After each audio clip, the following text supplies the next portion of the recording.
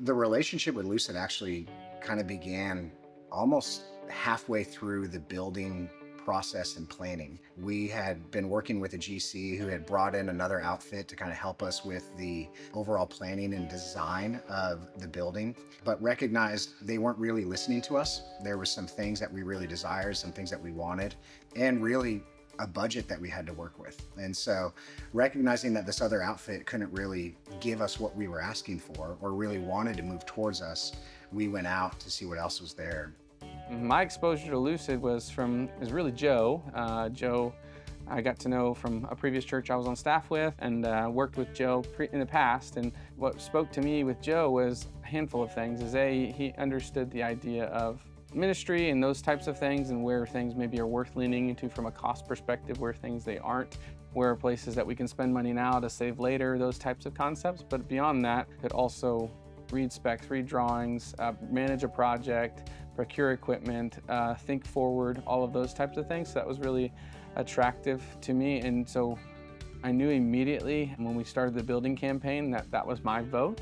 It took us time on our end to get there. We paid a architect and a consultant, which they did a great job.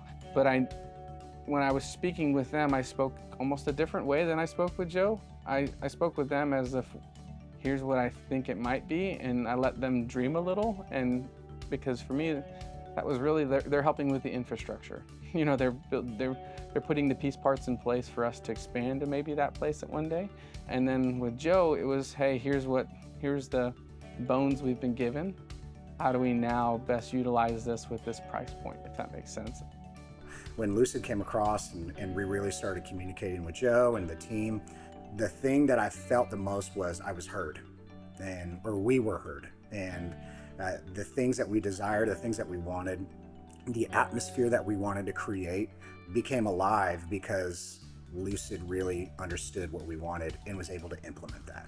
And so I think that was a key component in the completion of the project, but also the comfortability, the accountability, and the trust that was built between Restoration and Lucid was that. We had a lot of challenges on this project, and we were able to collaborate together to get this thing to completion in some creative ways, because it took some creativity to get to the finish line.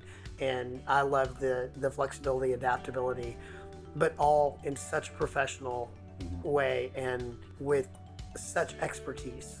Yeah. And to me, would do it again in a heartbeat. Yeah. And would recommend to anybody watching this, use Lucid. Yeah. 1000%. I think the testament of flexibility was probably the biggest key in the completion of the project, knowing that there were subs that weren't meeting their deadlines, and Lucid coming in and really not only being flexible, but actually working with those other subcontractors to make sure while they were here, they were using their time most efficiently. And I think that, again, it's the testimony of flexibility, but communication.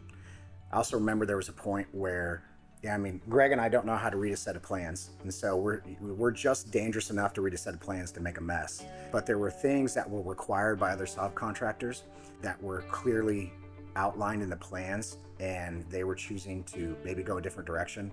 The Lucid team came in and helped us really understand, no, what needs to happen is this. And at the end of the day, saved us, tens of thousands of dollars in the execution of the process. And so that was a big deal as well.